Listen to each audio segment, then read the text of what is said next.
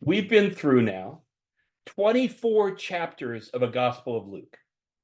The Gospel of Luke contains an anticipation of Jesus through some prophecies, the call of Mary by an angel, the Magnificat, and then the story of Jesus's birth, the story of Jesus when he was 12, the story of Jesus teaching, preaching, leading, challenging his apostles, sending them out, all of those things, the story of Jesus going through Holy Week and the challenges of Jerusalem, the story of him having his Last Supper with the disciples, of him going to trial and then crucifixion, and the story of the resurrection and several appearances after the resurrection. In other words, it seems to do the beginning, middle, and end of Jesus.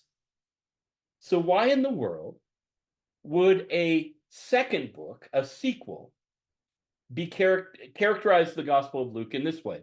I wrote to you, Theophilus. I wrote in my first book, Theophilus, all that Jesus began to do and to teach until he was taken up into heaven.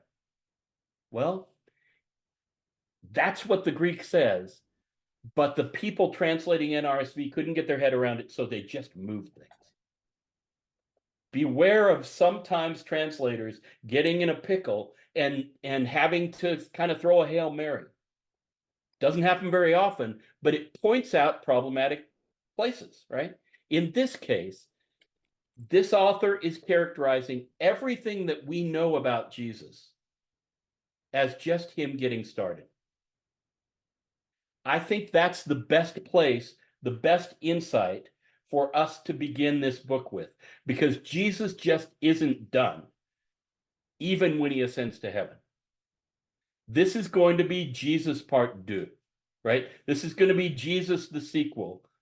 And how that can happen when Jesus is off the stage, so to speak, is going to be part of what we have to figure out. But we're going to look at it for a minute tonight and then try to track it as we go through the rest of the book. So back to a screen share. And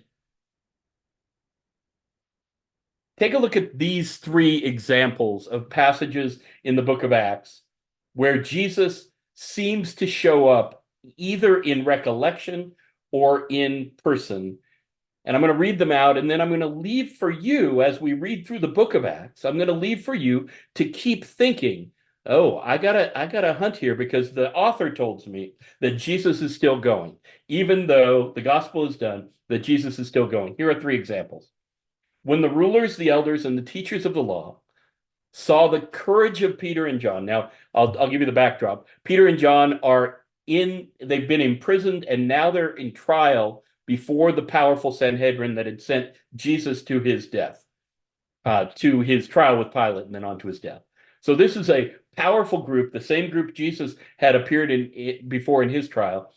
And Peter and John stand up, and they're bold before him. So when the rulers, the elders, and the teachers of the law saw that courage of Peter and John and realized that they were unschooled, ordinary men, they were astonished, and they took note that these men had been with Jesus.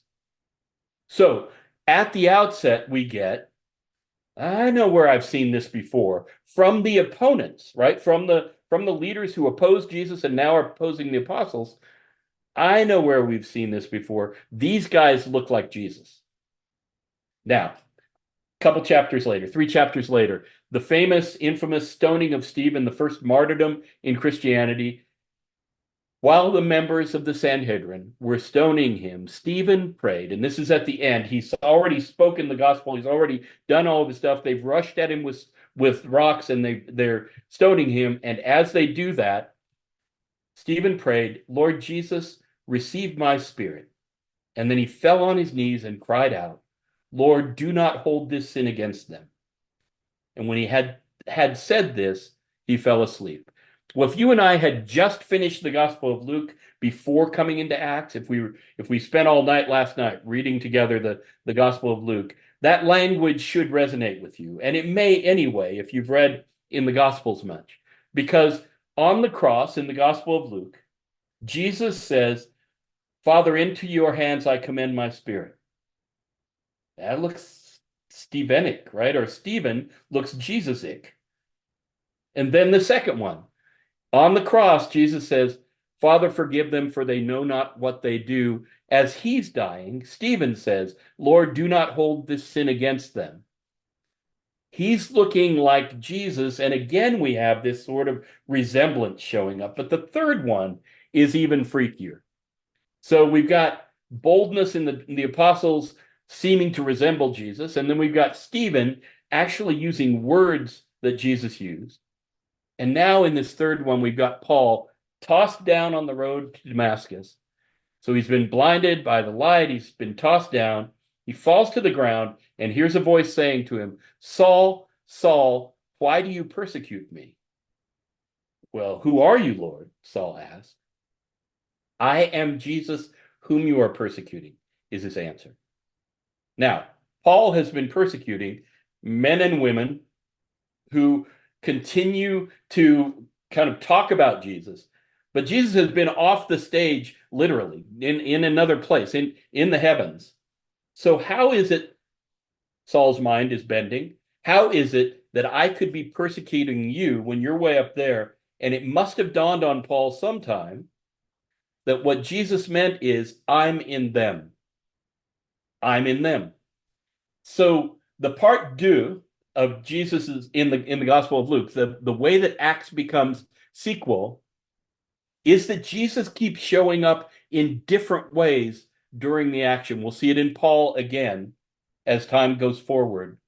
In fact, one author has suggested that the portrayal of Paul altogether is an attempt to bring Jesus into the second generation, into the first generation of Christians, by just pointing out how Christ-like Paul is, who is here Saul, right?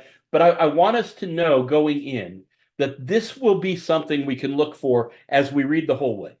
This resemblance, this continuation of Jesus, and that makes sense of the first part of the book of Acts.